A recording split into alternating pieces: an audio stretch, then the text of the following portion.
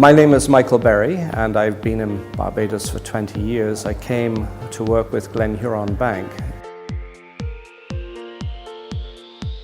I got involved with BIBA, as it's known today, fairly soon after arriving. My boss, then Neil Walker, took me to one of the meetings. It was a lunch at the old Needham's Point Hotel, and I actually remember it quite vividly. Don Sanderson from Falconbridge was the president at that time.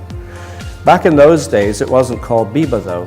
It had a long and confused name. We were the Barbados Association of International Business Companies and Offshore Banks, or BAIBCOB for short. Within a few years, I followed Randy LeBlanc from Horn Abbott. Horn Abbott, you may remember, made the Trivial Pursuit game. He was president after Don Sanderson. And then I took over as president after Randy LeBlanc. And things really started to change about that time. At that stage, the offshore industry was booming. We had a lot of companies coming in. There was tremendous growth. We had substantial issues with things like housing for people, finding employees for people. It was really quite a dynamic environment back in those days.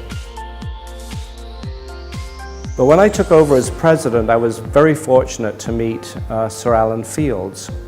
And if my memory serves me correct, he was head of the private sector agency at that time. And I had a meeting with him in his office in the Musson building on Hink Street.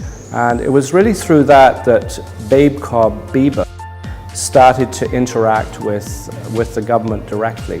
From there on, the association really began to take shape as an advocate for the international business industry here in Barbados. So after we started to engage with the government, very soon after we had the OECD project, and for those who've been around long enough, you may remember that this was really the first challenge that Barbados had in terms of the OECD project to try and shut down some of the tax havens and low tax jurisdictions as we are. And we were very involved with that project. There was a big meeting, in fact, at Sherborne Centre, as it was called in those days, where Barbados hosted delegates from the OECD and other jurisdictions. And BIBA was quite involved with that project to try and establish Barbados as a jurisdiction of substance, a low tax jurisdiction and not a tax haven. So that was one of the things that we were very keen to do. So back around the turn of the century, we decided to make some changes within BIBA to try and restructure it and make it more of a business advocacy group that served the industry needs. We had quite a large membership, as I recall. It was around 180 or so members. One of the things we did was we changed the membership structure to allow for associate members. There was a big interest from businesses in Barbados that weren't necessarily incorporated as sort of offshore businesses as such to get involved and be part of the process. I can remember making presentations back in those days to Owen Arthur, who was the Prime Minister, and members of the Cabinet about some of the industry issues. So there was a lot happening. We also approached the Insurance Association at that time. Insurance had their own separate organization, which was separate and distinct from BAIBCOB.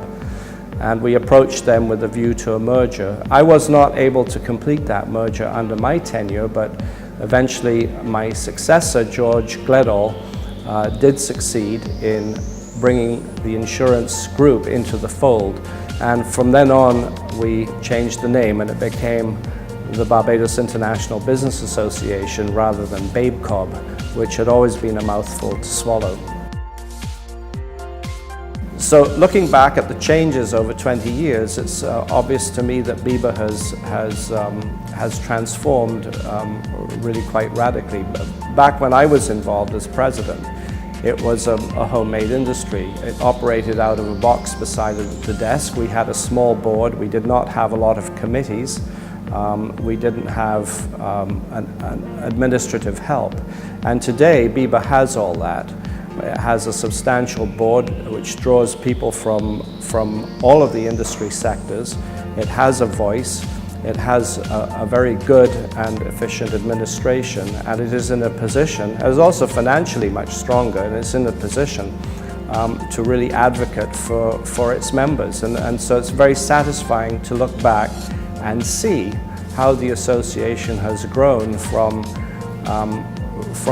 really what was in many ways a social club of international business operators into a fully fledged business organization that has a voice in the community.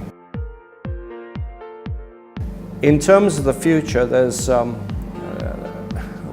we always have to be mindful that the world is changing around us, and we have to change. And I think BIBA has still a very important role. It actually has two very important roles, which it should not lose sight of. The first is that it needs to help the jurisdiction move forward and evolve and remain contemporary in terms of products that it offers so that we can attract more business. But secondly, and equally important, it has to pay attention to the members, and it has to remain relevant to the members and remain responsive to the members, because without the membership base there is probably nothing at the end of the day.